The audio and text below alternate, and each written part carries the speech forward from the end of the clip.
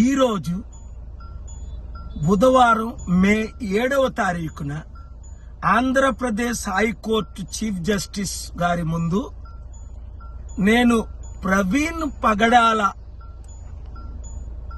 గురించి repost mortem చేయమని, సత్యాలు బయటకు వచ్చేటట్టు మరొకసారి ఇన్వెస్టిగేషన్ సిబిఐ ద్వారా చేయమని వాదనలు వినిపించాను. కానీ చాలా తక్కువ టైం ఇచ్చారు.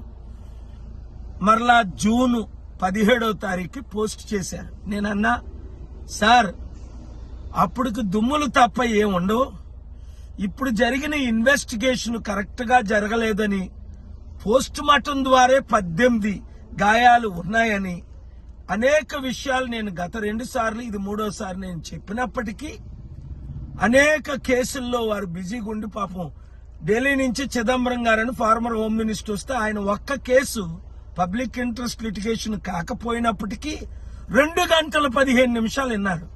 కానీ ప్రవీణ్ పగడాల కేసు గురించి 5 నిమిషాలు కూడా సమయం లేదు. న్యాయం జరగాలి అని దేశ విదేశ నాయకులు, నేను అమెరికాలో ఉన్నవారు కూడా కోరుతున్నారు. అయినప్పటికీ ప్రార్థించండి, పోరాడదాం.